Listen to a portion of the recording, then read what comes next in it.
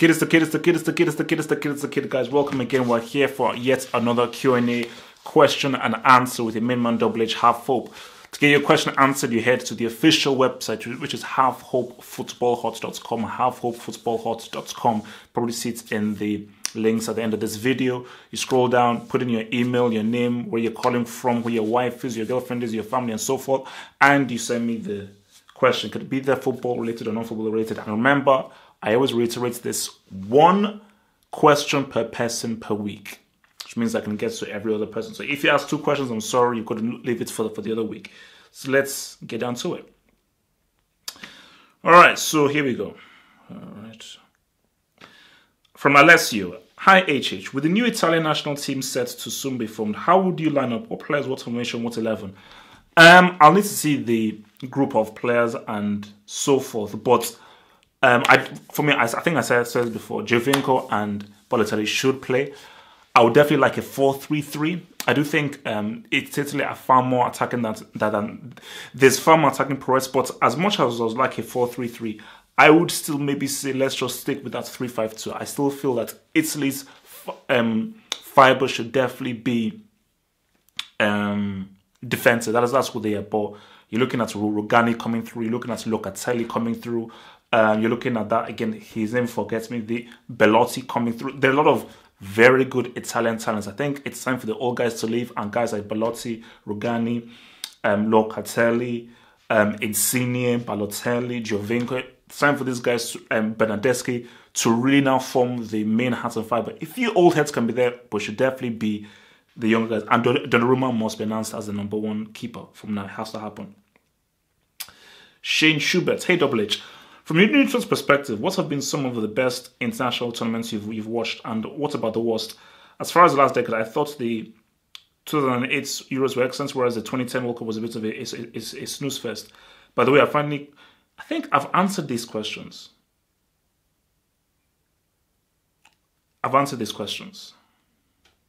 Sorry, my mistake.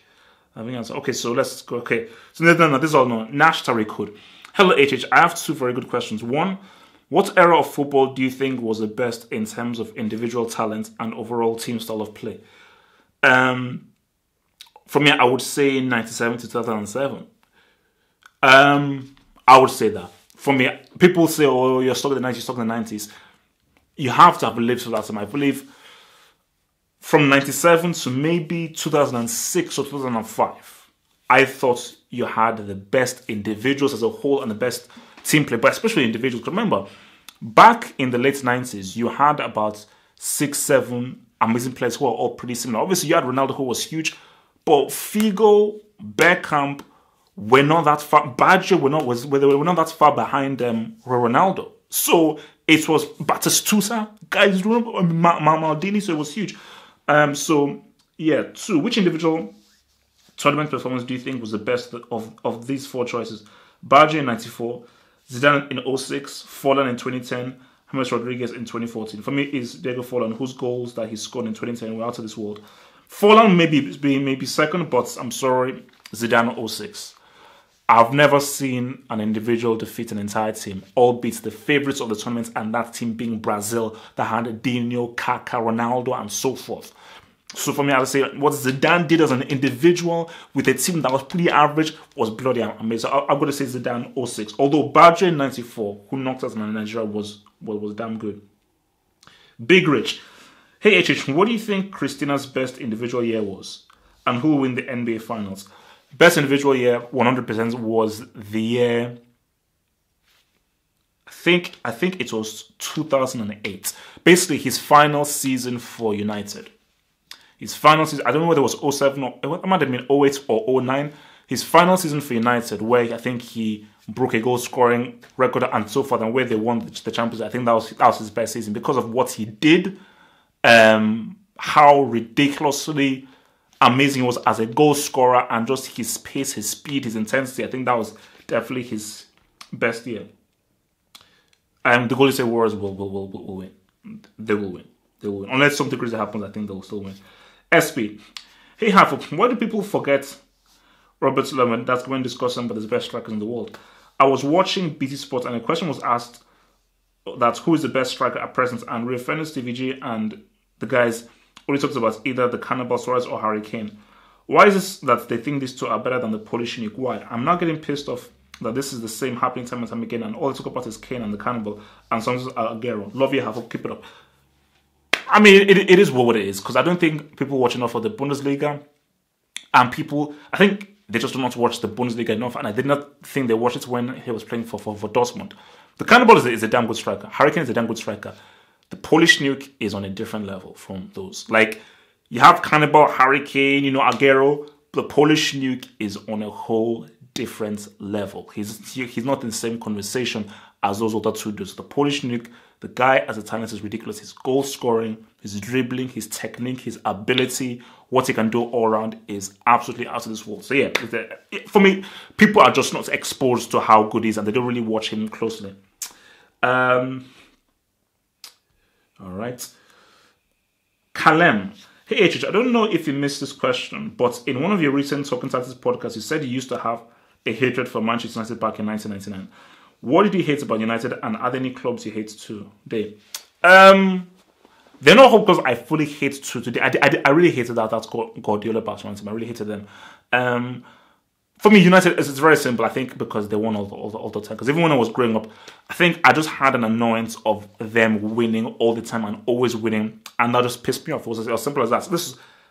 I think before I even supported the club, when I was in Nigeria, growing up in Nigeria, I must have been, because I began watching football when I was maybe about 5, 6 or 7. So before I knew what sports and club was living in Nigeria, the first memory I had was I hated United. I hated them. So I've always hated United ever since I can remember, because they won all the time. Although I've matured more to respect them. PQ Disney. Hey HH, do you think Pogba has to leave United to fulfill his potential? If so, where should he go? I think he could be Modric's heir at Madrid. It is looking that way. It is looking as if the marriage and the union between him and Mourinho probably is not going to work out. So yeah, I do believe that perhaps, probably the best thing that will probably have to happen is he needs to leave. He needs to leave, because I don't think that United are really getting the best out of him. And it did not work out the way in which we think it would work out. And I said this before, he should never have left Juventus. And I will say right now, if Juventus is an opportunity, I think he would go back to Juventus. I'm not sure about Real Madrid. I'm not sure that he would work there. I feel he would work very well if he goes back to Juventus and under Allegri. All right. So, from Alessio. Hi, HH. What do you think of Fabio Borini, Mattia Destro, and Manolo Gabbiadini? These players were touted for big things a while back, but never seemed to get out of the shadows. Would you say they needed more time, or they're just simply mediocre? Borini is mediocre. He was never very, very good, always overrated. He's just decent, but not that great. Destro was an okay striker. I remember him at AC Milan. He was starting to be like, well, this is the next thing that can really be, maybe fill Inzaghi's boots at AC Milan. Never really worked well. He was okay. I think Gabbiadini is a very good striker. I think Gabbiadini is a guy who can maybe get to a higher level. And I think Borini and Destro are done. I'll put Gabbiadini in the Italy squad. I probably wouldn't start. If it's between Balotelli and Gabbiadini, I'm choosing Balotelli. If it's between Giovinco and Gabbiadini, I'm choosing Giovinco. If it's between Belotti and Gabbiadini, I'm choosing Giovinco. But I do feel he's a nice third wheel. He's a nice option to have. So I do feel like if Gabbiadini, based on what he's done for Southampton, was done for Napoli, there is a really good, dependable, there's like a 15-16 goal season for that. Maybe not 25, but maybe 16, 17 with the right coaching and right application. I think Gabbiadini can do things. But the other guys, they just were not very good. Max Akundov. What's up, HH? Hope all is great. Well, my question for this week is, why do you think that Juan Roman Riquelme, with all his ability and talent, had a disappointing career? What went wrong?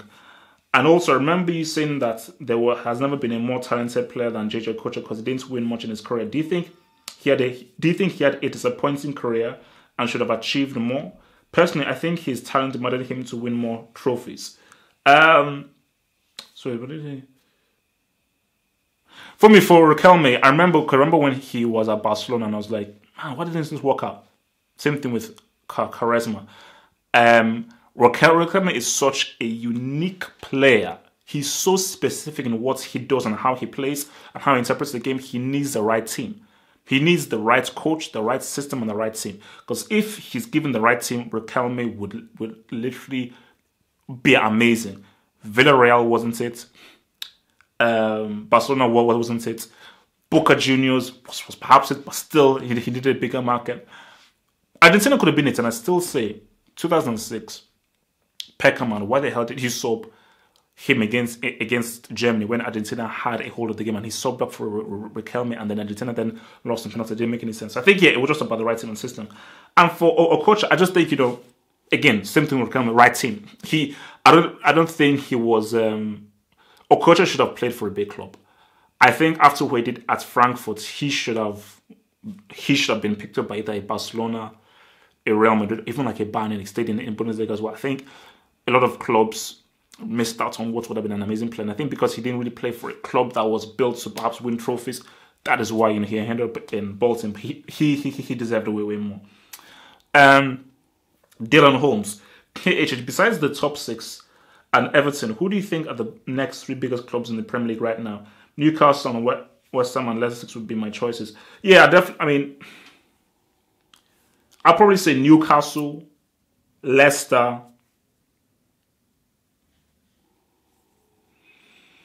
Maybe I'll probably say those Newcastle, West Ham, and Leicester. As far as just their club as a whole, maybe not what they do. I think maybe, because I'm trying to think, not Stoke. Definitely not any of the promoted guys apart from Newcastle, obviously.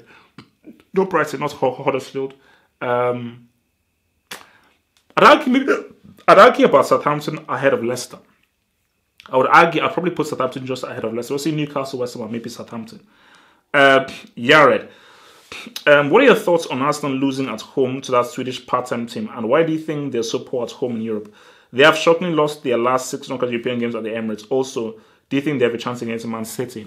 Embarrassing performance from Arsenal. Very unprofessional. Very worrying. And now that you're hearing that they'll be playing against AC Milan, it looks like if they're out. Shocking performance. Osasuna should have won that game. And it's shocking that Osasuna played so well against him and the game was 50-50. And in my view, Osasuna were overall the better team. Obviously, talked about that a bit on my appearance on UFF that, that's just it is graceful to come out with that crap in a game like that. They have a chance against Man City, but I don't think they'll win. I think it's all over for them. City are going to beat them. Ben Joel, hey HH, with numerous reports coming out that Madrid are going to sell Beast Mode, aka Gareth Bale, what clubs do you think should go after him and where should he go? Personally, if Hazard desires to leave for Madrid in the summer, I think if Chelsea get Bale and 20 million, it would be a good deal for all parties. I also think Tottenham could be a serious Champions League contender with him. Bale should go. Bale, Tottenham, make it happen. I don't know why Real Madrid are selling Bale. I don't think it's the smartest move to do. It doesn't really make any sense. But if it is really going to happen, Bale, I'm telling you right now, head over to Tottenham. If Beast Mode goes to Tottenham and Tottenham keep those players, Tottenham should win the Premier League. Tottenham are a Champions League contender. Tottenham are officially a big club. Because you put Beast Mode, a fully fit Beast Mode in that Tottenham team, they are a full-on threat. They are a full-on threat. Imagine Eriksen, Ali, Kane with Beast Mode, and that's real. That's real. So, look, man. But again, for Real Madrid, okay, you're going to sell him. Okay, bring in... Now, if they're selling for Hazard, let's talk. If he's going to go and Hazard is going to come in for sure, then that makes sense, for sure. Okay. My friend Gunza, hey, in the last 5 years, we have seen many shocking and surprising results in football, besides 7-1.